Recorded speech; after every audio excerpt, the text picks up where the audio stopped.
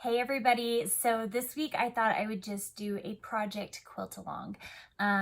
So I am doing a table runner using the Flying Geese block that I showed you guys how to do. Just go to my profile feed so that you can see how to put it together. And of course a PDF went out to my Fabric VIP people. And if you would like to join that, it's absolutely free.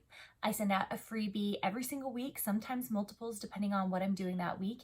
And you can join it by clicking on my profile and clicking on VIP, or going to my website at karinagardner.com and clicking on exclusive VIP. Okay, so this is what you're going to do to create this springtime table runner. You are going to create 24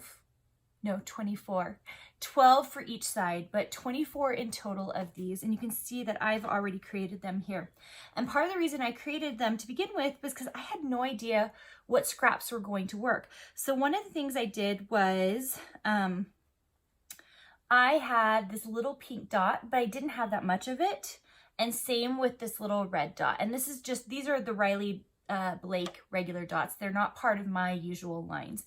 I just had bought like a pack of dots, and I didn't have enough to do both of what I wanted to do. So what I did was I decided to alternate every other block with the dot that's red and the dot that's pink. And I know it's not a huge difference, but what I'm going to tell you is you have to get scrappy if you can't go out and buy fabric, okay? And that's okay. Go ahead and get scrappy, and maybe you have to alternate every third block with a different dot or a different whatever. It'll just be scrappy, and that's okay. So I managed to find all dots with a white background to unify mine, and I was going to show you. So this is my border. It's just a 2-inch border, and I've got width of fabric here, but I have exact directions on the PDF that Fabric VIPs that you will receive. And this is just the same dot but with the green, because I didn't have enough of the red or the pink. And then binding is from my old line. Remember, this is quite an old line. And oh, if we really want to go back, the backing, what I have for backing is Dainty Blossoms, the first line I ever did for Riley Blake.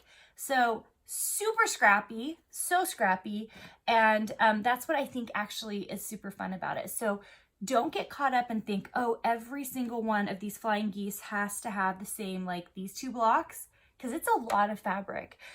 Instead, get scrappy, try to find similar things, or maybe you can find all things that have navy backgrounds, or maybe you do navy every other one and pink for every other one.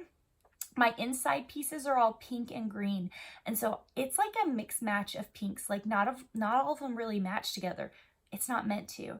So I just kind of, oh, and a little bit of red. I just kind of mixed what I had. So what you're going to do is you are going to sew one of them. Can you guys see? All pointing one way, 12 in a row.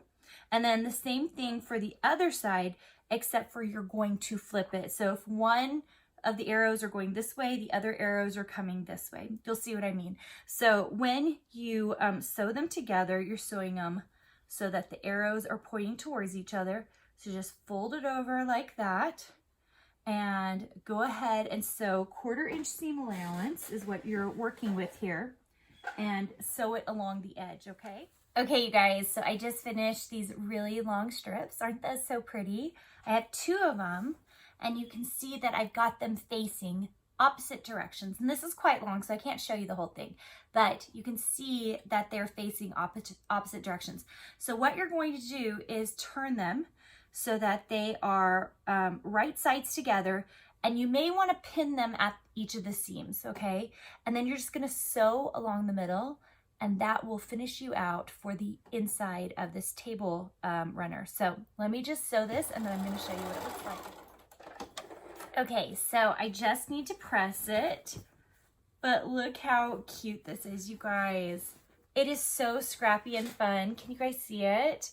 The dots are every other, unless I made a mistake, which, you know, happens once in a while, but I think it's red dot, pink dot. It's not a big difference, but it's subtle. I have lots of different fabrics from lots of different eras. but I thought the pink and green would be really cute and really fun. Okay, so tomorrow I'm going to show you guys how I machine quilt this together with a walking foot. Oh my gosh, I can't talk, you guys. With a walking foot. So I'm going to show you how to put it together. Make sure that you join that Fabric VIP if you want the PDF, and I'll see you guys tomorrow.